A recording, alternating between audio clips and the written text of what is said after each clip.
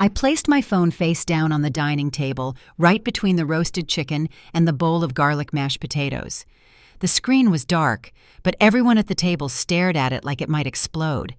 Margaret, my mother-in-law, went very still. Her fork hovered halfway to her mouth, a piece of asparagus speared on the tines. Her eyes flicked from the phone to me, then to her son. My husband Daniel looked confused. "Rachel, what's going on?" I took a slow breath, trying to keep my hands from shaking. 4 years. 4 years of biting my tongue, of swallowing insults disguised as advice, of pretending I didn't notice the way Margaret undermined me at every turn. 4 years of being told I was too sensitive, too emotional, too suspicious. Not tonight. "I recorded our last conversation," I said, my voice steadier than I felt. I looked directly at Margaret. "Would you like me to play it for everyone here, or would you prefer to tell your son yourself what you really think of me?" Margaret's face drained of color, then flushed an angry red. "I have no idea what you're talking about." "Don't you?" I asked. Around the table, Daniel's father Richard set down his wineglass carefully. His sister Claire and her husband Tom exchanged glances. Margaret's sister Linda leaned forward slightly, eyes wide with something between alarm and fascination. This was supposed to be a celebration dinner. Daniel had just been promoted to senior partner at his law firm. Margaret had insisted on hosting, had spent all week preparing, had invited the extended family to toast her son's success. She hadn't invited me to help. She never did. "Rachel," Daniel said quietly, a warning in his tone. "Can we talk about this privately?" "We've been talking about it privately for 4 years," I said, my voice cracking slightly despite my best efforts.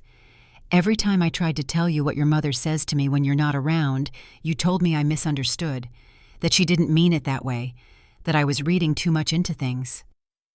I picked up my phone, thumb hovering over the screen. "Well, I didn't misunderstand this time because I have proof." Margaret stood abruptly, her chair scraping against the hardwood floor. "This is ridiculous. I don't know what kind of game you're playing, Rachel, but I will not sit here and be accused." "Accused of what?" I asked. "I haven't said what you did yet." Her mouth snapped shut, jaw clenched so tight I could see the muscle jumping. Daniel looked between us, growing alarm replacing confusion on his face.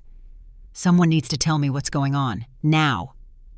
I looked at my husband, the man I'd loved for 6 years, married for 4, built a life with despite his mother's constant interference, the man who'd defended her every time I tried to explain how she treated me, the man who'd asked me just last week why I couldn't try harder to get along with his mother.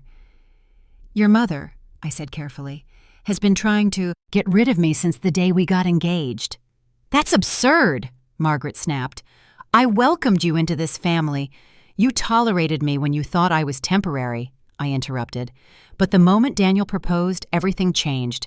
You started criticizing everything about me, my job, my clothes, my cooking, my family, the way I decorated our home. Nothing I did was ever good enough." "I was trying to help you," Margaret said, voice rising. "You came from nothing, Rachel. I was trying to teach you how to fit into this family, into Daniel's world." "By telling him I was unstable?" I asked. "By suggesting I might be cheating? By trying to convince him to leave me?" Daniel's head whipped toward his mother. "What?" Margaret's face went pale again. That's not... She's twisting everything." "Then let's untwist it," I said. I unlocked my phone, found the audio file, and hit play. Margaret's voice filled the dining room, tinny through the phone speaker, but unmistakably hers. "Daniel needs to face reality. She's not right for him. She never was. I tried to give her a chance, I really did, but she's manipulative and controlling. She's isolated him from his family, from his real life. And now with this pregnancy, it's a trap, Daniel. Can't you see that? She got pregnant to lock you down because she knows you're too good for her." The recording continued. My own voice, careful and measured, asking Margaret why she felt that way. Her response was even worse. "Because I know my son. I raised him. I know what he needs, and it's not some girl from a broken home with no class, no culture, no understanding of what it means to be part of a family like ours. You don't belong here, Rachel. You never did. And the sooner Daniel realizes that, the sooner he can find someone appropriate. Someone like Amanda. I stopped the recording. The silence that followed was deafening. Daniel stared at the phone like it had just spoken in a language he didn't understand. His face had gone from confused to shocked to something else entirely. Betrayal, maybe. Or grief. "Mom," he said, his voice barely above a whisper. "Tell me that's not real." Margaret opened her mouth, closed it, opened it again. For the first time in the 4 years I'd known her, she seemed at a loss for words. "It's taken out of context," she finally managed.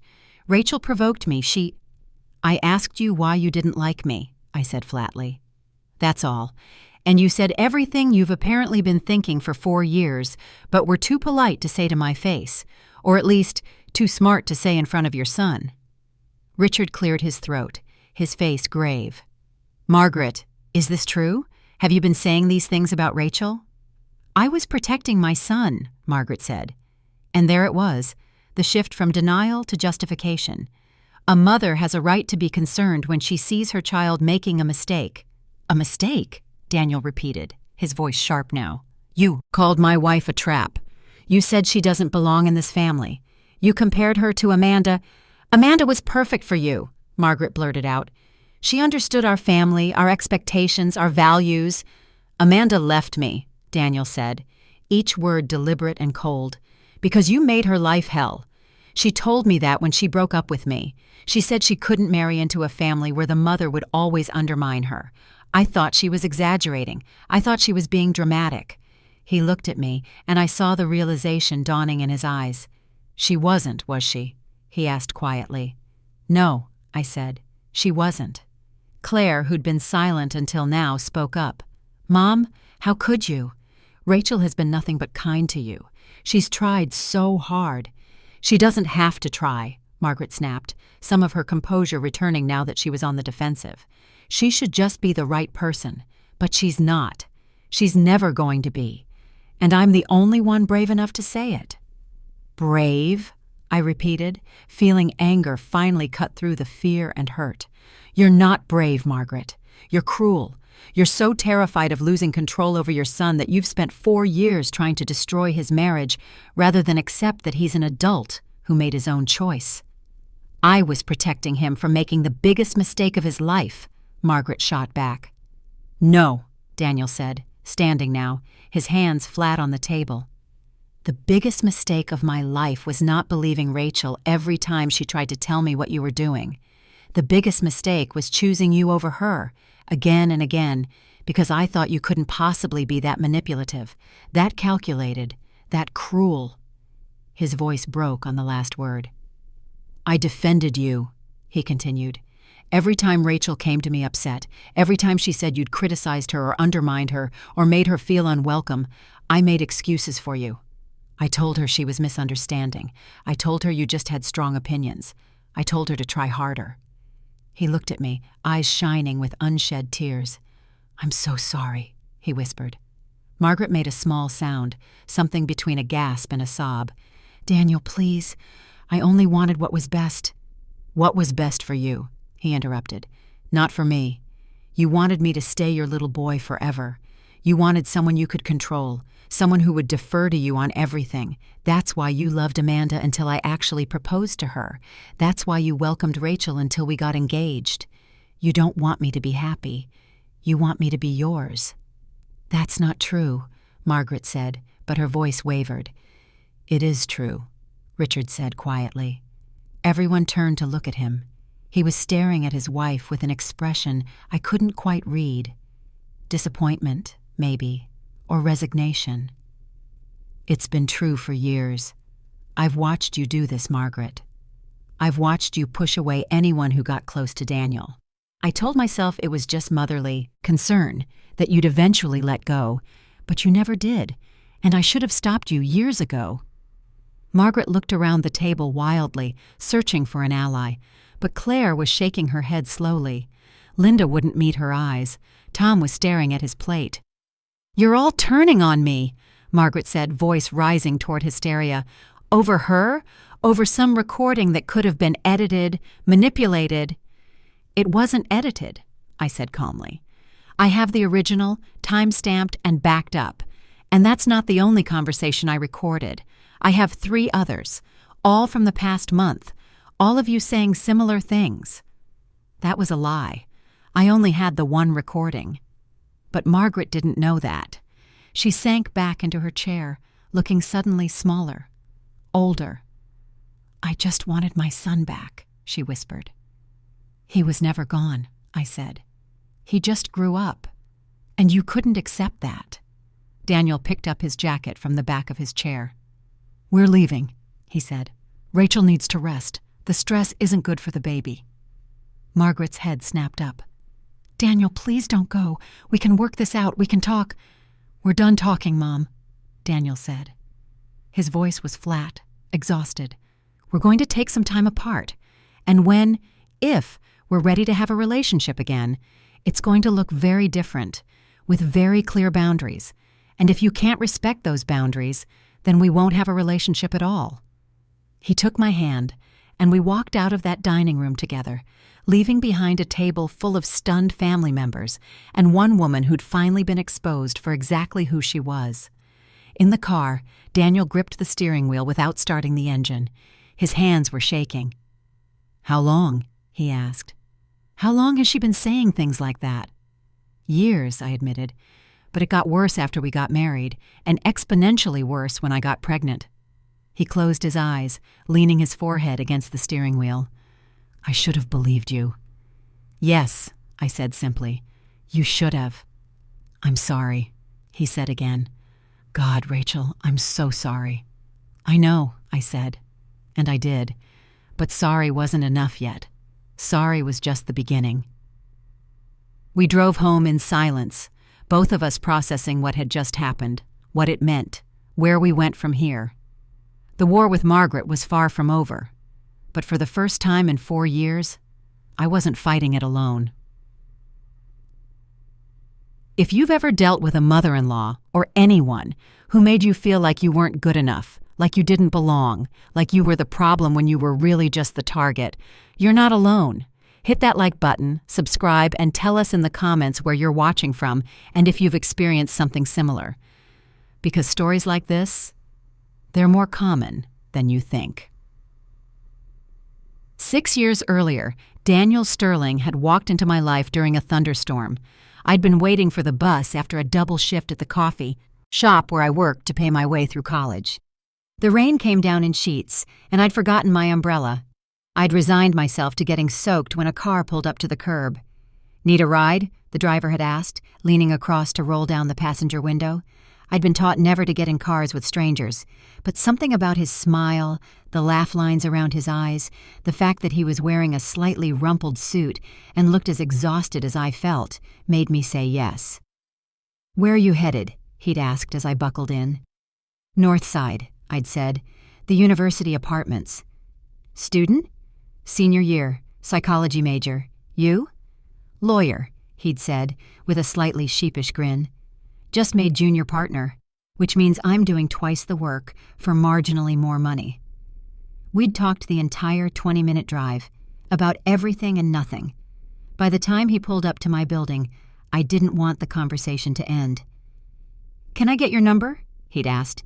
"I promise I'm not a serial killer who uses rainstorms to meet women." I'd laughed and given it to him.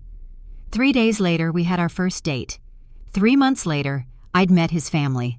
That first meeting at the Sterling family home had been intimidating. The house was enormous, not quite a mansion, but close. Manicured lawns, a circular driveway, the kind of place I'd only seen in movies. My own family lived in a modest 2-bedroom apartment across town. My mom cleaned houses for a living. My dad had left when I was 7. Margaret had answered the door in pearls and a cashmere sweater, her silver hair perfectly styled, her smile warm but assessing. "You must be Rachel," she'd said, taking both my hands in hers. "Daniel has told us so much about you. Come in, dear. Don't be nervous." But I was nervous. Terrified, actually. I was 22, Working class, first-generation college student. They were old money, country club memberships, summer homes in the Hamptons. That first dinner had gone surprisingly well. Margaret had asked about my studies, my family, my plans after graduation. She'd seemed genuinely interested, genuinely warm. "She liked you," Daniel had said later, sounding relieved as we drove back to my apartment. "I was worried, but she really liked you."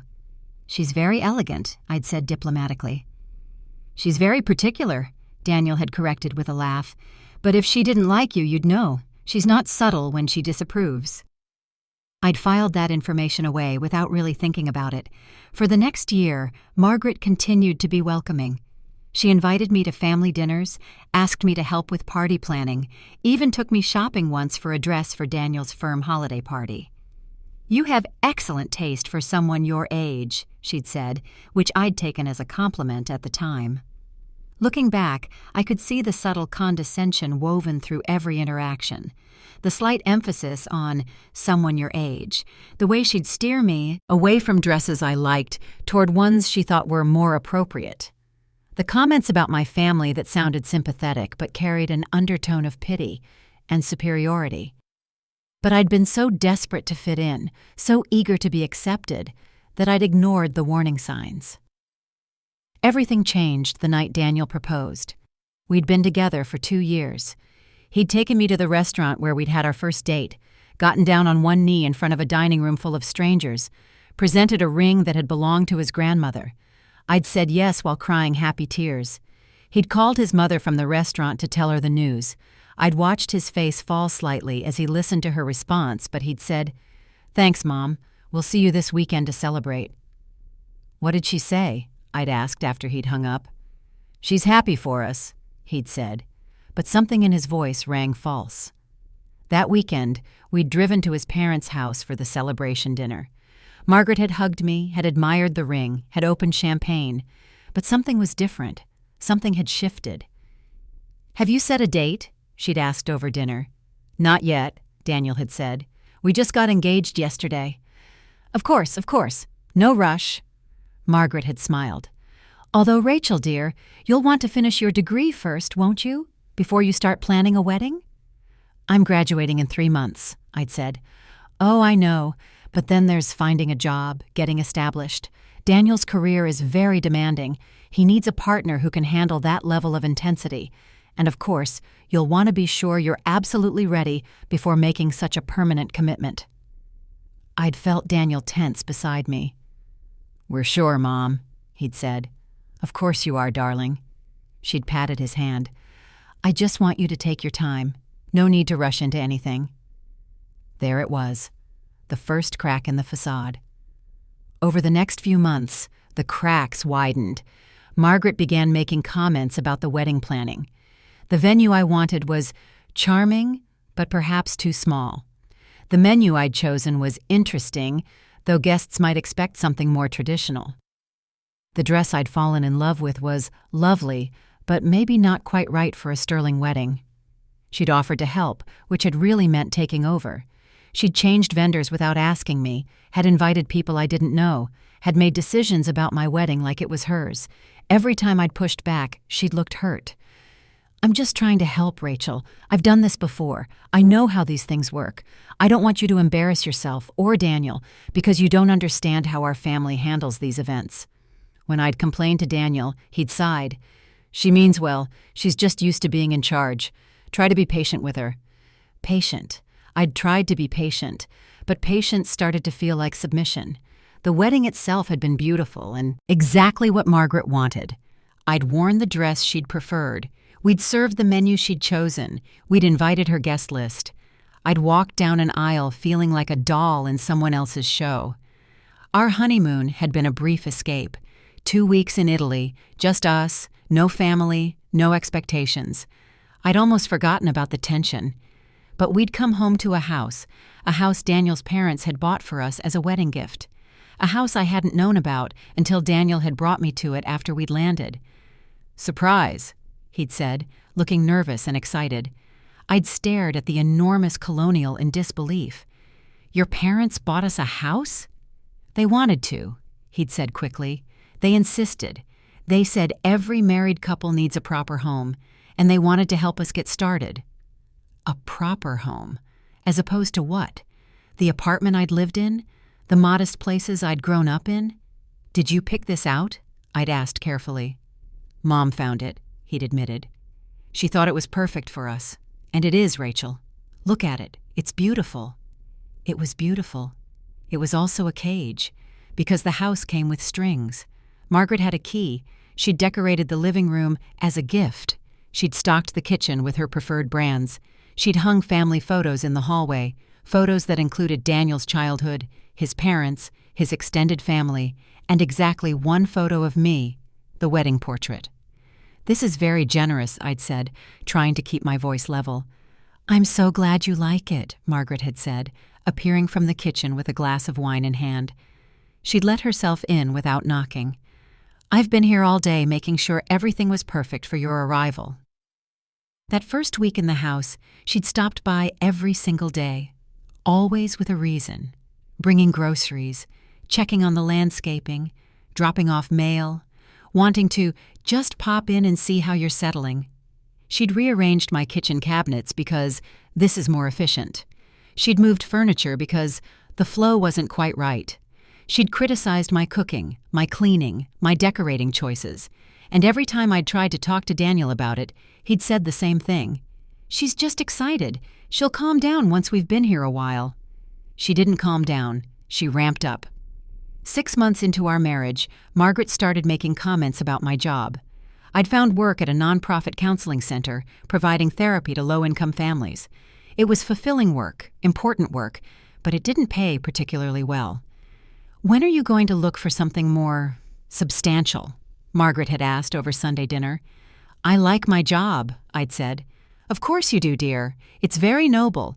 But Daniel is at a top-tier law firm. People will expect his wife to have a certain level of achievement. You don't want people thinking you married him for his money. The implication hung in the air, that people might already be thinking that I was a gold digger who'd trapped Daniel with youth and charm. Rachel has a master's degree in clinical psychology, Daniel had said, his voice tight. She's hardly unaccomplished. I didn't mean to offend, Margaret had said with a delicate smile. I'm simply thinking about optics, darling. 1 year into our marriage, Margaret started bringing up Amanda. Amanda Wentworth, Daniel's ex-girlfriend from college, daughter of a federal judge. Perfect breeding, perfect education, perfect everything. I ran into Amanda last week, Margaret had mentioned casually during dinner. She looks wonderful. She's engaged now, you know, to that lovely surgeon from Children's Hospital. They're getting married in the Hamptons next summer.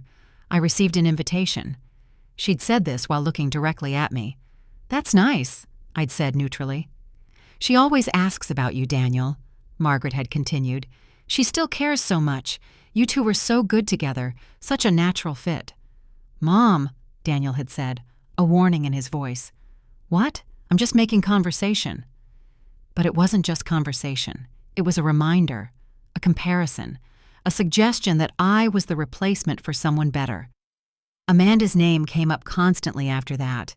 How Amanda had volunteered with Margaret's charity, how Amanda had such refined taste, how Amanda had fit so seamlessly into the family. Why did you and Amanda break up? I'd finally asked Daniel one night. He'd gone quiet for a long moment. She said she couldn't marry into my family, he'd finally said. She said my mother was too controlling, too invasive. She said she'd always feel like she was competing for my attention, and she didn't want to live like that. And you thought she was wrong? I'd asked carefully. I thought she was overreacting, he'd admitted. My mom can be overbearing, but she means well. I thought Amanda just couldn't handle a strong personality. I'd said nothing, but I'd thought, Amanda was smarter than me. She saw the trap, and she got out. 2 years into our marriage, I'd finally started setting boundaries. I'd changed the locks on the house. I'd told Margaret she needed to call before coming over. I'd stopped attending every family dinner. I'd started saying no. Margaret hadn't taken it well. I don't understand why you're being so hostile, she'd said, tears in her eyes. I've done nothing but welcome you, help you, treat you like a daughter.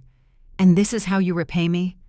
She'd gone to Daniel, crying, saying I was pushing her away, that I was trying to isolate him from his family. And Daniel had believed her. "Why can't you just get along with my mother?" he'd asked, frustration clear in his voice. "She's trying, Rachel. She's really trying. But you're so defensive all the time." "I'm defensive," I'd said slowly, "because she criticizes everything I do." "She doesn't criticize. She offers advice." "Daniel, she told me last week that my pot roast was edible but disappointing. She was probably trying to help you improve it." That's when I'd realized he couldn't see it, or he didn't want to see it. Margaret had been doing this his entire life, controlling, manipulating, undermining, but framing it as love, as concern, as help, and he'd been conditioned to accept it as normal. 3 years into our marriage, I'd gotten pregnant. We'd been trying for 6 months. When the test came back positive, I'd been overjoyed. Daniel had cried. We'd felt like our family was finally beginning. I'd wanted to wait to tell people, but Daniel had called his mother immediately. Margaret had come over within the hour. "Oh, darling, that's wonderful," she'd said, hugging Daniel tightly. She'd turned to me, and the smile hadn't quite reached her eyes. "Are you sure you're ready for this, Rachel? Motherhood is such an enormous responsibility." "I'm ready," I'd said. Of course. It's just, you're still so young, and you have your career. Children change everything, you know. You won't be able to work the way you do now. Daniel will need you to be more available, more present. I do hope you've thought this through." Every prenatal appointment after that, she'd asked if she could come. Every decision I'd made, she'd questioned.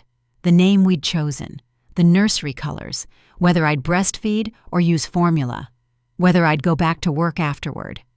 "You're not seriously planning to put the baby in daycare, are you?" she'd asked, horrified. Daniel was raised by his mother, not strangers. That's how it should be. 4 months into the pregnancy, I'd started having nightmares about Margaret in the delivery room, taking my baby from my arms, telling me I was doing it wrong. 5 months in, I'd started seeing a therapist. "She's eroding your sense of self," my therapist had said gently. "Every criticism, every comparison, every instance of control, it's making you doubt your own worth. This isn't about you not being good enough. It's about her need to maintain power." "But how do I make Daniel see that?" I'd asked. "You can't make him see anything," she'd said. "He has to choose to see it. And right now, he's choosing not to." 6 months into the pregnancy, Margaret had crossed a line.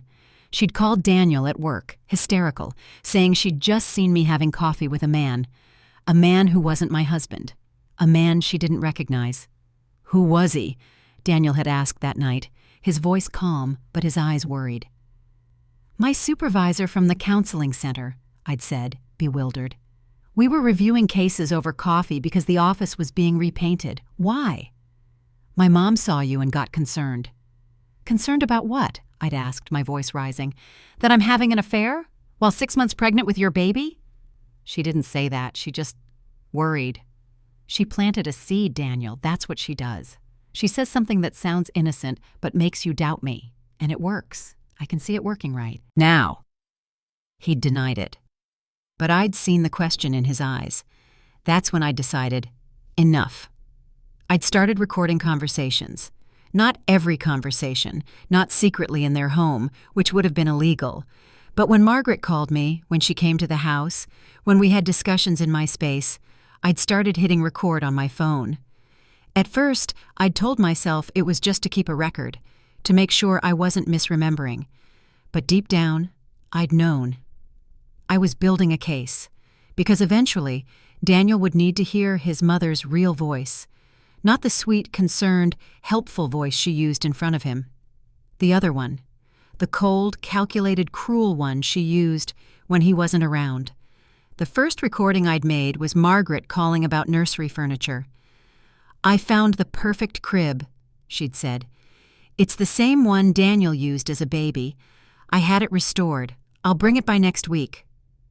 "That's very thoughtful," I'd said carefully. "But Daniel and I already ordered a crib."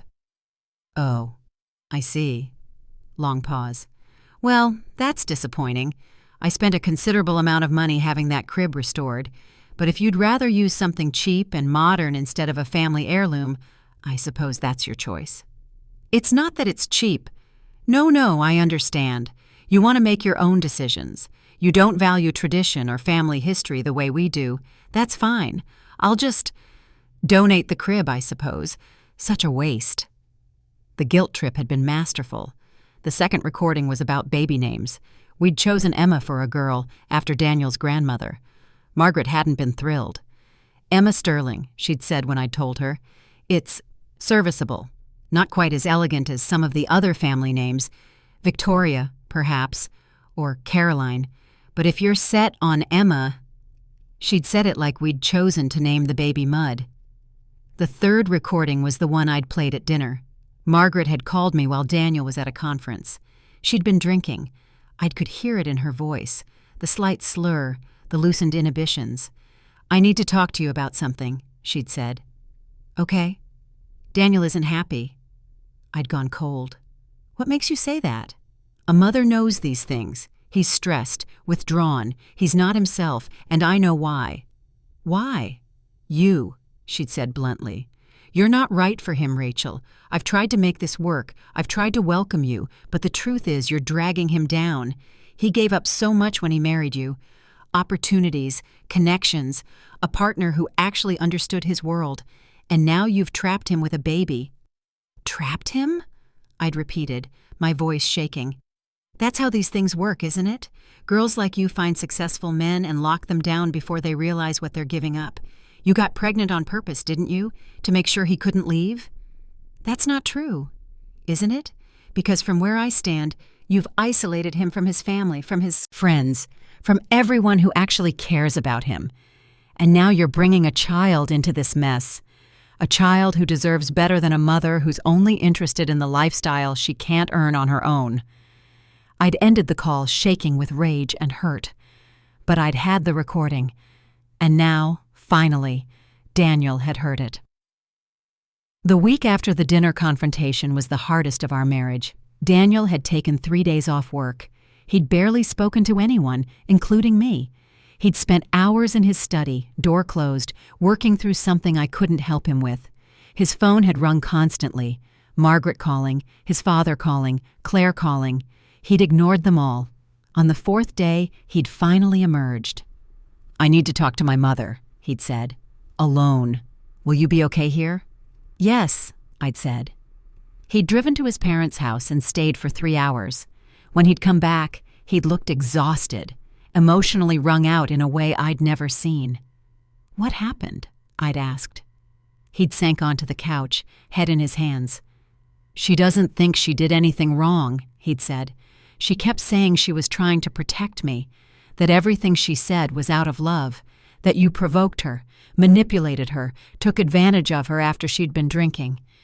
And what did you say? I told her that's not love, he'd said, voice breaking. That's control. That's possession. That's not how you treat people you care about. And if she can't see the difference, then we have a serious problem. How did she respond? She cried. She said I was choosing you over her, that I was throwing away our family for someone who didn't appreciate what she'd tried to do for me. I'd waited, barely breathing. And I told her, Daniel continued, that I'm not choosing between you and her. I'm choosing between a healthy marriage and a toxic pattern that I've enabled for way too long. And if she can't respect my marriage, respect my wife, respect the boundaries we're going to set, then yes, I'm choosing you. Every time. I'd started crying then, relief and gratitude and hope flooding through me. I'm so sorry, he'd said again, pulling me close. I'm so sorry I didn't see it. I'm sorry I didn't believe you. I'm sorry I let it go on this long. What happens now? I'd asked. Now we set boundaries, he'd said. Real ones. And we enforce them. Together. The boundaries had been hard to establish and even harder to enforce. No more unannounced visits. Margaret had to call at least a day in advance if she wanted to come to our home. No more key to our house. We'd changed the locks again and didn't provide a copy. No more involvement in our day-to-day decisions. Parenting, finances, career choices, home decorating, all off limits for commentary unless we specifically asked for input. No more comparisons to Amanda or anyone else. No more undermining me to Daniel. If she had a concern, she needed to address it with both of us present. And if any of these boundaries were broken, there would be consequences. Time apart, reduced contact, whatever it took to protect our marriage and our growing family. Margaret had not taken the boundaries well. She'd alternated between tears and rage, playing victim one moment and martyr the next. She'd tried to get Richard and Claire to intervene on her behalf. She'd sent long emails about how hurt she was, how misunderstood, how ungrateful we were being. Daniel had held firm. "I love you, Mom," he'd written in response. "But love doesn't mean accepting treatment that damages my marriage. These boundaries aren't punishments. They're necessary for all of us to have a healthy relationship going forward. I hope you can understand that." She'd gone silent for 2 months. 2 months of peace, honestly. 2 months of decorating the nursery without criticism. 2 months of preparing for our daughter without interference. 2 months of remembering what our marriage felt like without constant intrusion. And then Emma had been born. Our daughter had arrived 3 weeks early on a rainy Tuesday morning. Labor had been intense but manageable. Daniel had been there the entire time, holding my hand, whispering encouragement. Margaret had not been at the hospital. We'd notified family after Emma was safely delivered, but we'd requested no visitors for the first 24 hours. Just us, learning how to be parents, figuring out this tiny, perfect human we'd created. Margaret had called within minutes of getting the text. "I'm coming to the hospital," she'd said when Daniel answered. "We asked for no visitors today, Mom," Daniel had said firmly. "I'm not a visitor. I'm her grandmother. And we're her parents. And we're asking for space today. You can come tomorrow." There'd been a long silence. "You're really going to keep me from my granddaughter?" "We're asking you to respect our wishes as new parents. That's all." She'd hung up. The next day she'd arrived with an enormous flower arrangement and a fixed smile. "She's beautiful," Margaret had said, looking down at Emma in my arms. "She has Daniel's nose." "And Rachel's eyes," Daniel had added pointedly. Margaret had stayed for exactly 15 minutes, keeping conversation light and superficial, before leaving. In the weeks that followed, she'd been careful, almost performatively respectful. She'd called before visiting. She'd limited her commentary. She'd even brought me a card congratulating me on the birth, though the message inside had been lukewarm at best. I'd waited for the other shoe to drop. It took 3 months. Emma was 12 weeks old when Margaret made her move. She'd called Daniel at work, voice trembling with manufactured concern. "I'm worried about Rachel," she'd said. "I stopped by yesterday and she seemed off, distant, not herself. I think she might be struggling with postpartum depression." Daniel had called me immediately. "Are you okay?" he'd asked. "Mom said you seemed depressed when she saw you yesterday." I'd been so tired I could barely think straight, running on 3 hours of sleep and sheer will, but I'd been managing. Not depressed, just exhausted. "I'm fine," I'd said, "just tired." "Are you sure? Because if you're struggling, you can tell me. We can get you help." I'd felt the familiar cold wash of realization. She was doing it again, planting seeds, making Daniel doubt, positioning herself as the concerned observer while making me look unstable. "I'm sure," I'd said, "and I'm concerned that your mother is trying to manufacture a crisis." "She's not manufacturing anything. She's worried about you." "No," I'd said, feeling anger cut through exhaustion. "She's worried that we're doing fine without her, that we're figuring out parenthood on our own, that we don't need her constant input and interference, so she's inventing problems." "That's not fair, Rachel. Isn't it? When has she ever given me credit for doing anything right? She spent 4 years telling me I'm not good enough. Now she's telling you I'm mentally unstable. When does it end, Daniel?" He'd gone quiet. "I'll talk to her," he'd finally said. But I'd known. Talking wasn't enough anymore. 6 months after Emma's birth, I'd made a decision. I'd met with a family therapist, not the one I'd been seeing individually, but someone who specialized in family systems and boundary setting, someone who could help us navigate the Margaret situation with professional guidance. I'd asked Daniel to come with me. "Do you think we need therapy?" he'd asked, sounding worried. "I think we need tools," I'd said, "to deal with your mother in a way that protects our family without destroying yours. I can't do it alone anymore." He'd agreed. The therapist, Dr. Chen, had been direct. "What you're describing is a pattern of enmeshment," she'd told Daniel after hearing our story. "Your mother's identity has been wrapped up in being your primary support, your main advisor, your emotional center. When you got married, she didn't just lose a role, she lost her sense of purpose. And instead of adapting, she's been trying to eliminate the competition." "Rachel isn't competition," Daniel had said. "To your mother she is," Dr. Chen had replied. "Because every time you choose Rachel, every time you establish independence, every time you function as your own family unit, your mother experiences it as rejection, as loss, and she's fighting to get back what she thinks she's lost." "So what do we do?" I'd asked. "You continue to hold boundaries," Dr. Chen had said. "But you also have to accept that your mother may never fully respect them. Some people are constitutionally unable to see their behavior as problematic, and if that's the case, you'll have to decide what level of relationship is sustainable." Daniel had looked stricken. "You're saying I might have to cut her off?" "I'm saying you might have to accept limited contact," Dr. Chen had said gently. "Structured visits, supervised interaction, whatever protects your marriage and your daughter. That's not cruelty, that's self-preservation." We'd left that session with homework. Write down what a healthy relationship with Margaret would look like, what we could accept, what we couldn't, what consequences would follow if boundaries were crossed. It had taken us 3 weeks to have that conversation with her. We'd met at a neutral location, a quiet restaurant where we were unlikely to be interrupted. Richard had come too at our request. He'd been mostly silent through the confrontation months earlier, but he'd been quietly supportive since. "We want to move forward," Daniel had begun, "but we need you to understand some things first." Margaret had sat very straight, hands folded, face carefully neutral. "I'm listening."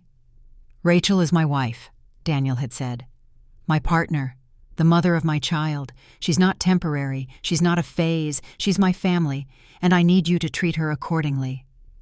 "I've always been respectful to Rachel," Margaret had said. "No," I'd said quietly, "you haven't. You've been polite when Daniel was watching. But when he's not around, you've been critical, undermining, and cruel, and it stops now." Margaret's jaw had tightened. "I've only ever tried to help." "Help would have meant supporting our choices," Daniel had said. "Celebrating our marriage, welcoming Rachel without conditions. What you've been doing isn't help, it's control, and we're not going to accept it anymore." He'd pulled out a piece of paper, our list of boundaries, clearly written, non-negotiable. "These are our expectations going forward," he'd said, "and if you can't respect them, we'll have to limit contact." Margaret had read through the list, her expression growing colder with each line. "You're treating me like a stranger," she'd said finally. "Requiring advance notice to see my own grandchild?"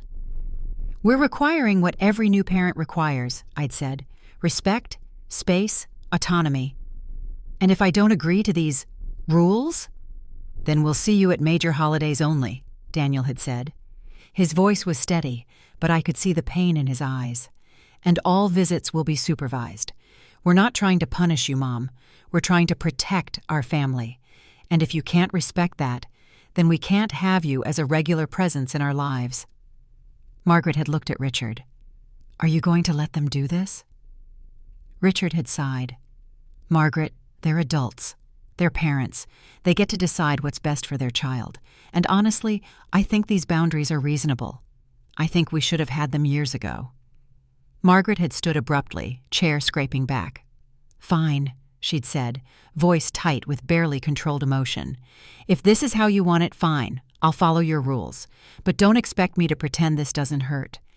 Don't expect me to pretend you haven't chosen her over me." "I haven't chosen anyone over anyone," Daniel had said. "I've chosen healthy over toxic. I wish you could see the difference." She'd left without another word. A year had passed since that dinner.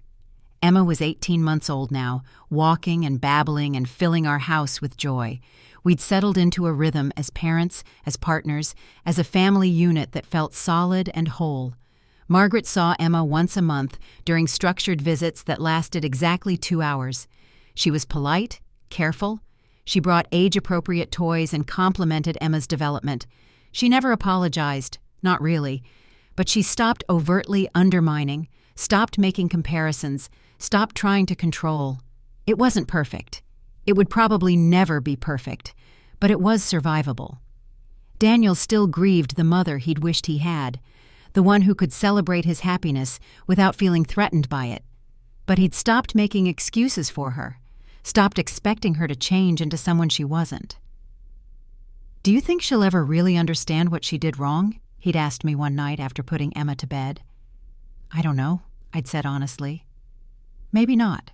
Some people can't see past their own fear and need for control, but it doesn't matter anymore, because we've built something she can't touch, our family, our life, our boundaries." He'd pulled me close, and we'd stood there in the quiet house, listening to our daughter's soft breathing through the monitor, grateful for what we'd fought so hard to protect. Margaret had tried to break us. She'd tried for years, with subtle cruelty and calculated manipulation. She'd failed. Not because I'd won some battle, not because Daniel had chosen sides, but because we'd chosen each other, and we'd chosen truth over comfort, boundaries over peace, and love that protected rather than controlled. If this story hit home, you're not alone. Toxic family dynamics are more common than people admit, and setting boundaries is one of the hardest, bravest things you can do. If you enjoyed this story, hit that like button and subscribe. We have more stories about people who stood up, spoke out, and refused to let someone else write their story. You're stronger than you think, and you deserve to be heard.